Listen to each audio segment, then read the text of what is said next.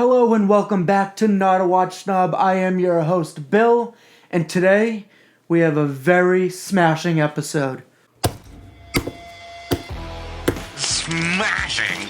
Today we're going to be talking about 3 criteria I look for when purchasing a brand new watch. Now, I think if you follow these 3 criteria, whether you're new to watch collecting or you're a seasoned vet, I think that if you follow these 3 criteria, it's going to make you get the best bang for your buck.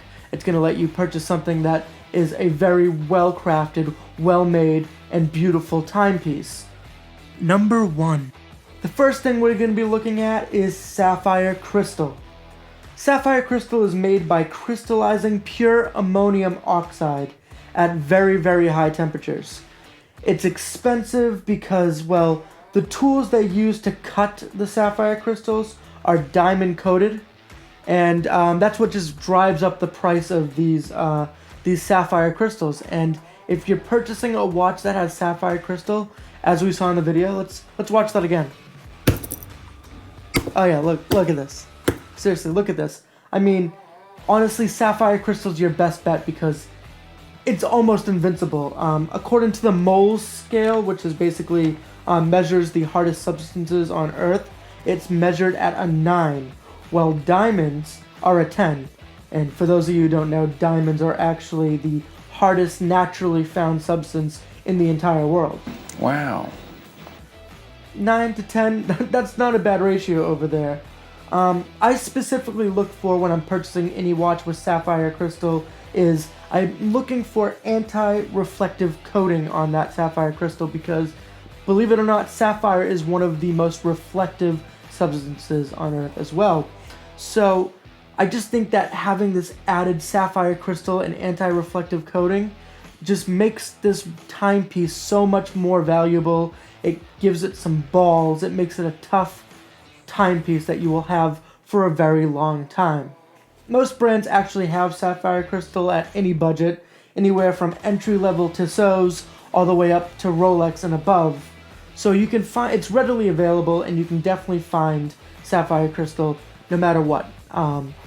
I would definitely suggest sapphire crystal. It just adds so much more value to that watch.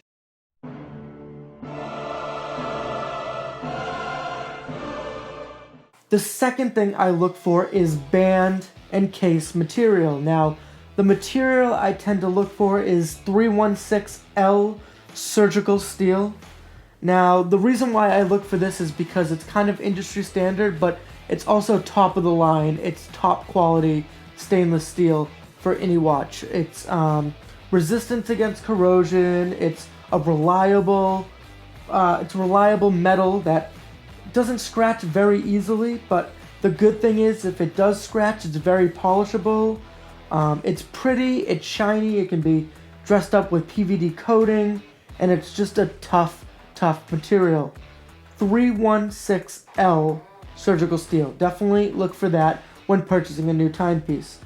Like I said, it's the industry standard, it's nothing new, but you want to look for high grade materials when purchasing a watch. I mean, it makes sense. If you want a timepiece that's going to last a long time, if you want a watch that's going to be, a pinnacle in your collection, these criteria are very important to look for.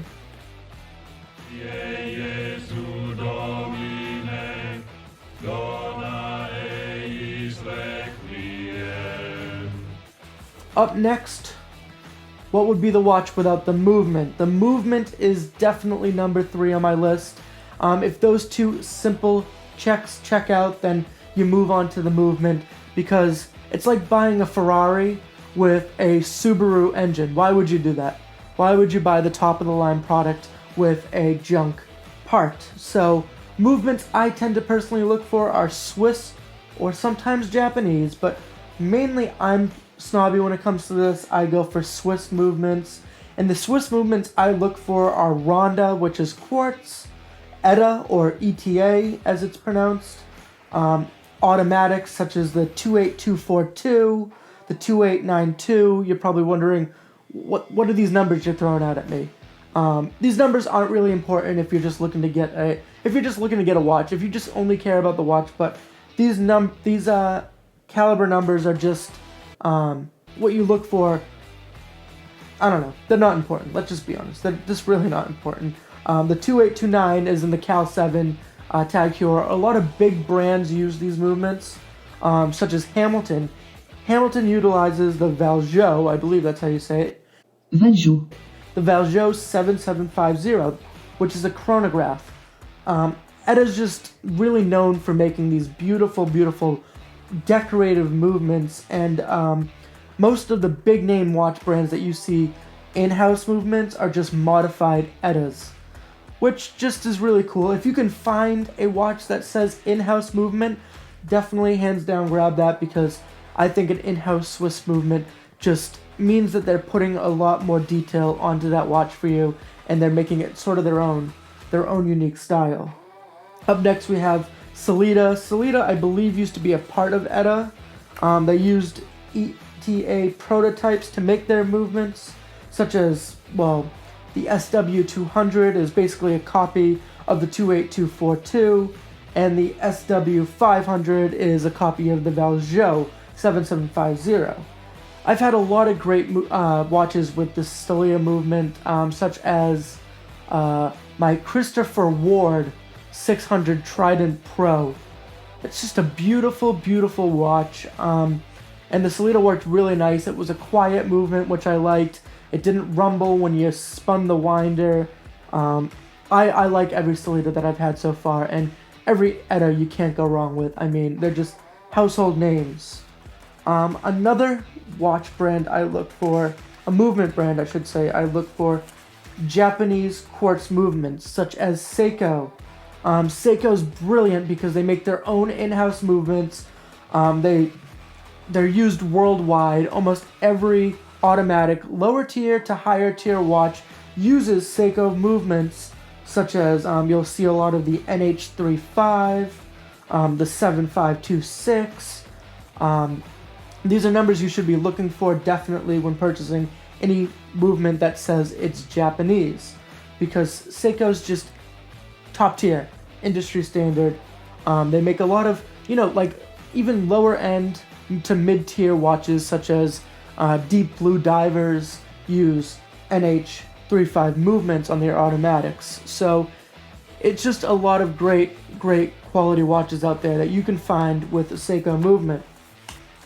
Up next, a few tidbits when looking for a new watch is style. Don't buy into something that's just for hype. Like me, I haven't settled yet and bought a G-Shock. I personally don't find them to be anything that I have the taste for, but it has a lot of hype. I'm always getting constantly berated for not having one, and I just think that, truthfully, it's just not my cup of tea. It's not my style. So I think style is very important when purchasing a new watch. These are just kind of more tidbits that fall as like an honorable mention. Also, a great thing to do when purchasing a new watch, one of the criteria that I like to use is dare to be different. Look for styles that are bold and unique and match your personality, like a Wandering Hour and a Tourbillon. Like, that is just the definition of matching my crazy, hectic personality, like the whole thing. Also, I look for functions. I love my auto chronos, but the best function I think a watch can have, truthfully, is a date. This doesn't have a date and it sucks. I'm constantly searching for this. I'll look down a bit. Is it the 5th or what? And it just, a date is a huge deal. You don't know how much you're gonna need it until you actually have it. So that's definitely another criteria I look for. Just a little functionality goes a long way when purchasing a new watch.